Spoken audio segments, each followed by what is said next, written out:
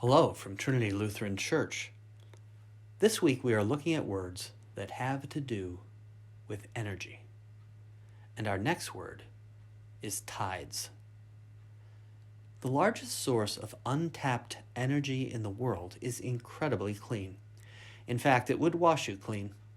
It's the energy found in waves, found in the tides. We know that the action of God in our lives is sometimes hard to perceive. Part of this is we miss what the mystics call the miracle all around us.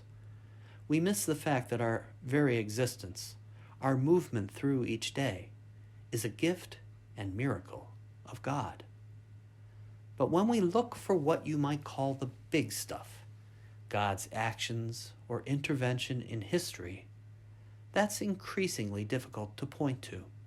And, in many ways, it's the stuff of the Bible. Perhaps nowhere in Scripture is this more apparent than in the Exodus, the escape of the Jewish people from their enslavement in Egypt, a moment that culminates with the crossing of the Red Sea.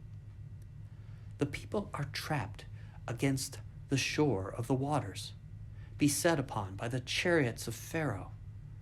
God then acts through Moses to cause a great wind to stir, pushing the waters back, allowing dry land to appear, and for the people to cross the sea.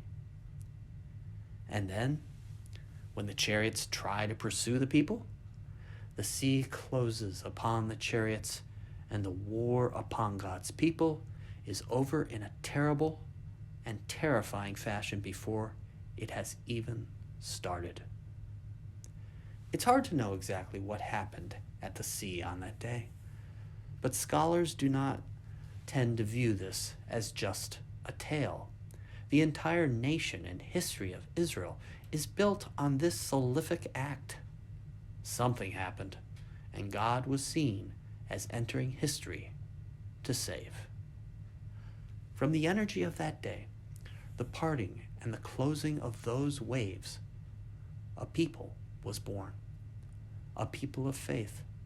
Yes, that faith would falter at times. Yes, they were often, like ourselves, far from perfect. But as a professor of mine in college used to say, how many Ammonites do you know? How about Hittites? Has anyone ever stretched their hand out to you and said, "Hi there, I'm a Canaanite"? Of course, these ancient peoples of the Bible are all still with us, but their identities have been mixed and melded together with other peoples over the ages. They did not have the singular identity forged in the energy of those waves of the Red Sea, needed to persevere in history and remain exclusively themselves. The Jewish people found the energy to remain this way in God.